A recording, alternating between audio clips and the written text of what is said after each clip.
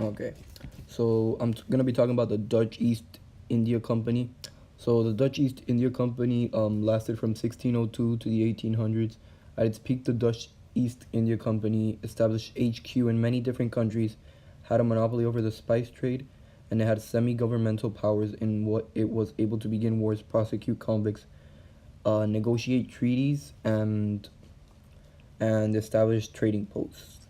Um, they dominated world trade for 50 years, and after 1600, Dutch citizens would see it as normal to own a fractional share in a trading vessel to the Baltic of the Spice Island.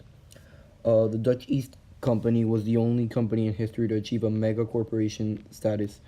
Large armies of mercenaries and a private fleet of warships had the power to impress and execute convicts.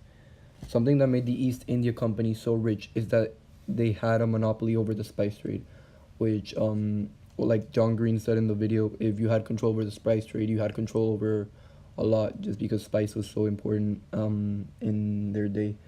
Um, and a food for thought quote is, "There is no war without trade and no trade without war," especially evident with the VOC, or that's like the German name, or the Dutch name for the Dutch East India Company. It's some weird name, I can't pronounce it, but whatever. The VOC, but just because the VOC had great success doesn't mean that they should be super celebrated, because the VOC treated the Indonesian people really badly and said they shouldn't be celebrated despite great economic achievement.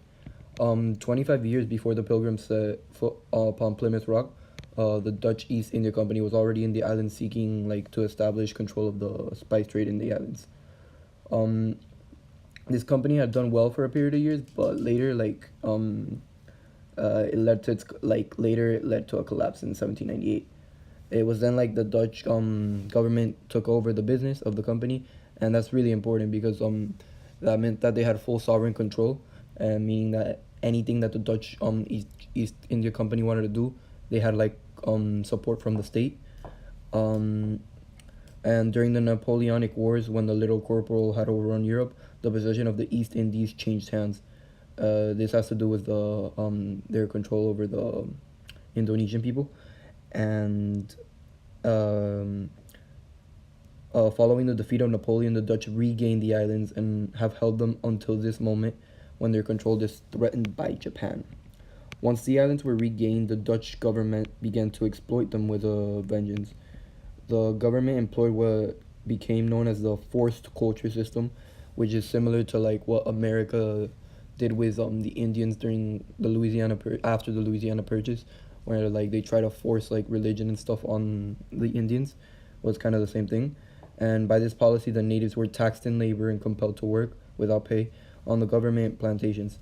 The system was so profitable that in 40 years, the government made a clear profit of 334 million, or an average of more than 8 million a year. The system was abolished by a mass liberal protest in Holland, but these profits were only a forerunner of what was yet to come. Um, so what made the Dutch East India Company was that the Dutch government created a state-sanctioned monopoly company and confers upon the enormous power to unilaterally declare war, a power slash status that government does not afford to any competing Dutch interest. This monopoly then, in the course of pursuing profit, eventually became responsible for several atrocious acts of aggression, murder, enslavement, and stuff of the like. So, all in all, the Dutch were the first Europeans to challenge the Portuguese domination for the Asian trade. What made the Dutch East India Company so special, though, was that the company had full sovereign power, meaning it had a complete state power.